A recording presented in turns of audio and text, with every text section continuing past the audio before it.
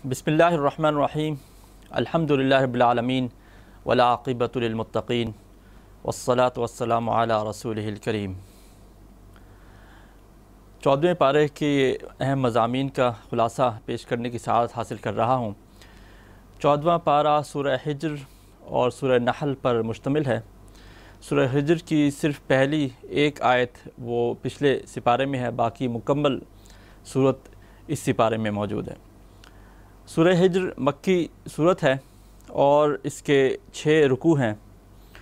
और इसमें भी अल्लाह ताला ने तौहीद का इस्बात किया है, उसके लिए आफाकी दलाइल दिए हैं और अनफुस के दलाइल दिए हैं, और इसी तरह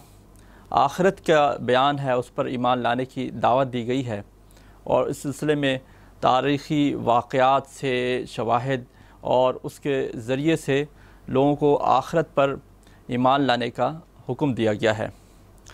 इसी तरह अल्लाह ताला ने अपना कानून जुर्म व सज़ा बयान किया है हलाकत अक़वाम के तनाज़ुर में, और फिर आखिर में रसूलुल्लाह सल्लल्लाहु अलैहि वसल्लम को सब्र की तलक़ीन की गई है कि उस मामले पे कि जब कुफ़ार उनके ऊपर इस्तेहज़ा करते हैं, उनका मजाक उड़ाते हैं, और उसके साथ साथ दावत और तबलीग का मिशन जारी रखने का हुक्म दिया है। जो पहला मौजू है तौहीद का, और उसके जो दलाइल दिए हैं वो आफाकी दलाइल यानी कायनात में फैले हुए दलाइल, उनके ऊपर गौर व फ़िक्र के नतीजे में अल्लाह ताला पर ईमान लाने की दावत दी गई है। अल्लाह ताला ने आसमान में बुर्ज यानी सितारों का उसका ज़िक्र किया है। इसी तरह ज़मीन में जो पहाड़ हैं, फसलें हैं, मेवे हैं, और फिर जो अल्लाह ताला हवाएं लेकर आता है उसके ज़रिए से बारिश बरसती है और फिर लोगों के लिए नेमतें उतारता है, उसका तज़किरा किया है। और ये असल में कुफ़ार की उस शर्त के जवाब में है कि उन्होंने ये शर्त रखी कि जब तक फ़रिश्ते नाज़िल ना हो जाएं हम ईमान नहीं लाएंगे। तो उनको कहा जा रहा है कि ये सारी चीज़ें गौर व फ़िक्र के लिए मौजूद हैं, निशानियाँ तुम लोगों के सामने हैं ज़मीन व आसमान में, इनको देख कर तुम अल्लाह ताला पर ईमान लाओ।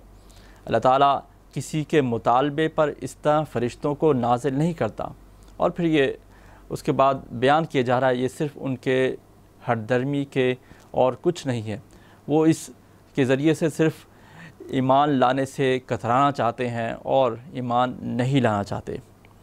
इसी तरह फिर अल्लाह ताला ने इंसान की तख्लीक का ज़िक्र किया है, और उसमें भी ये पैगाम पोशीदा है कि इंसान अपने जिस्म पर, अपने नफ्स पे गौर करके अल्लाह ताला को पहचान सकता है, उसके ऊपर ईमान ला सकता है। और फिर उसके बाद क़िस्सा आदम व इब्लीस का तज़किरा है कि अल्लाह ताला ने जब आदम अलैहिस्सलाम की तख्लीक की और फिर फ़रिश्तों को और इब्लीस को, आदम अलैहिस्सलाम को सिजदा करने का हुक्म दिया, तो इब्लीस ने इनकार किया, गुरूर किया, तकब्बुर किया, और फिर उस वक्त उसने चैलेंज दिया अल्लाह ताला का कि मैं इसकी ज़ुर्रियत को भटकाऊँगा, आगे से, पीछे से, दाएं से, बाएं से। तो अल्लाह ताला ने कहा कि मेरे बंदे जो मुत्तकीन हैं वो तेरे जाल में नहीं आने वाले। और इसी तरह फिर इस सूरत में अल्लाह ताला ने कौम लूत का तज़किरा किया है, अस्हाबुल ऐका का तज़किरा किया है, अस्हाबुल हिज्र का तज़किरा किया है, और उनके तबाही के ज़रिए से ये बात बताना मकसूद है कि जो भी कौम अल्लाह ताला के नाफरमानी करेगी, उसके ऊपर ईमान नहीं लाएगी, तो उनके ऊपर अल्लाह ताला का अज़ाब आएगा, उनको ख़त्म कर दिया जाएगा। और फिर आखिर में रसूलुल्लाह सल्लल्लाहु अलैहि वसल्लम को सब्र की तलक़ीन की गई है और दावत के मिशन को जारी रहने का अल्लाह ताला की तरफ से हुक्म दिया गया है। उसके बाद फिर सूरह नहल है, ये भी मक्की सूरत है और इसमें 16 रुकू हैं। इसमें अल्लाह ताला ने मुनकरीन तौहीद और रिसालत से मुजादला किया है, बहस की है और अक़ली दलाइल दिए हैं, और उनके ज़रिए से उनको ईमान लाने का कहा गया है। अल्लाह ताला ने आसमान की तख्लीक, ज़मीन के अंदर जो चीज़ें हैं उनका तज़किरा किया है कि उनके ऊपर गौर व फ़िक्र करके ये लोग ईमान ला सकते हैं। ज़मीन में जो इंसानों के अलावा मखलूक़ात मौजूद हैं, चौपाएँ हैं, उनके ऊपर गौर व फ़िक्र की दावत दी गई है कि कैसे अल्लाह ताला مویشیوں میں سے، ان کے جسم میں سے صاف اور خالص دودھ نکالتا ہے، لوگ ان کے گوشت سے فائدہ اٹھاتے ہیں، ان کی کھال کو سردی سے بچاؤ کے لیے استعمال کرتے ہیں۔ یہ تمام نعمتیں اللہ تعالیٰ نے دی ہیں، تو اس کا تقاضا یہ ہے کہ اللہ تعالیٰ کے اوپر ایمان لایا جائے۔ اسی طرح پرندوں کے اوپر غور و فکر کی دعوت دی ہے، کیسے اللہ تعالیٰ ان کو فضا میں تھامتا ہے۔ اور اسی طرح پھر کھیتیاں، میوے، کھجور، انگور، زیتون کے باغات ہیں جو اللہ تعالیٰ نے لوگوں کے لیے، انسانوں کے فائدے کے لیے اگائے ہیں، تو اس میں نشانیاں ہیں اللہ تعالیٰ کے پہچاننے کے لیے، اس کی معرفت کے لیے، اس کے اوپر ایمان لانے کے لیے۔ اور پھر خاص طور پہ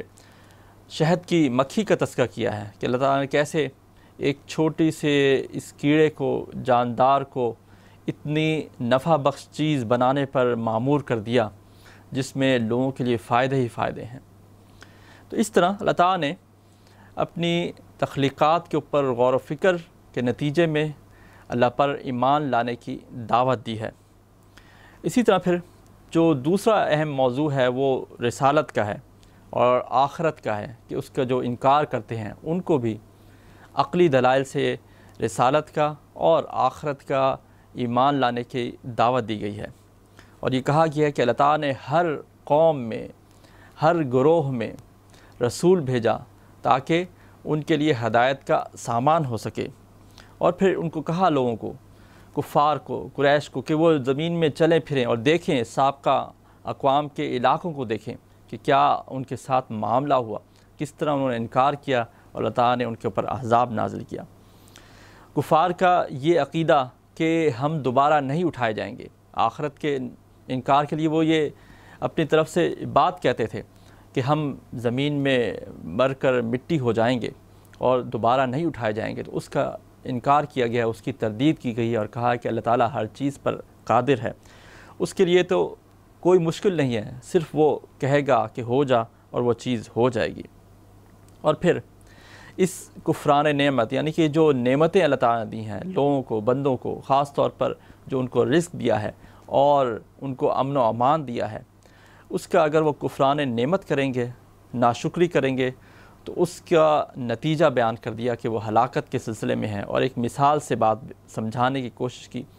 کہ ایک بستی تھی جس کے پاس ہر طرف سے رزق آتا تھا اور وہ امن و امان میں تھے، لیکن انہوں نے ان دو نعمتوں کی قدر نہیں کی، اللہ تعالیٰ کو نہیں پہچانا، تو اللہ تعالیٰ نے ان کو بھوک اور پیاس میں مبتلا کر دیا اور ان کے اوپر خوف آ گیا، اور اس طرح پھر وہ تباہ ہو گئیں۔ اسی طرح اس صورت میں اللہ تعالیٰ نے جو حلال و حرام کے احکام ہیں وہ بیان کیے ہیں، اور یہ کہا ہے کہ چیزوں کو حلال کرنا یا حرام قرار دینا یہ صرف اور صرف اللہ تعالیٰ کا اختیار ہے، اور کسی کا اس بات میں دخل نہیں ہے کہ کسی چیز کو وہ حلال اپنے طرف سے قرار دے دے اور یا پھر اس کو حرام قرار دے دے۔ اور اسی طرح پھر اس صورت میں حضرت ابراہیم علیہ السلام کا تذکرہ ہے کہ وہ اللہ تعالیٰ کے شکر گزار بندے تھے، اور ان کے اسوہ کو بیان کر کے کفار کو اور جو کفران نعمت کرتے ہیں ان کو دعوت دی گئی ہے کہ وہ حضرت ابراہیم علیہ السلام کے اسوہ کو عمل کریں، اس کی پیروی کریں اور ان کی طرح توحید کے اوپر ایمان لائیں اور اللہ تعالیٰ کی نعمتوں کا شکر ادا کریں۔ اور پھر آخر میں اللہ تعالیٰ نے تبلیغ کے اصول بیان کیے ہیں کہ حکمت کے ساتھ،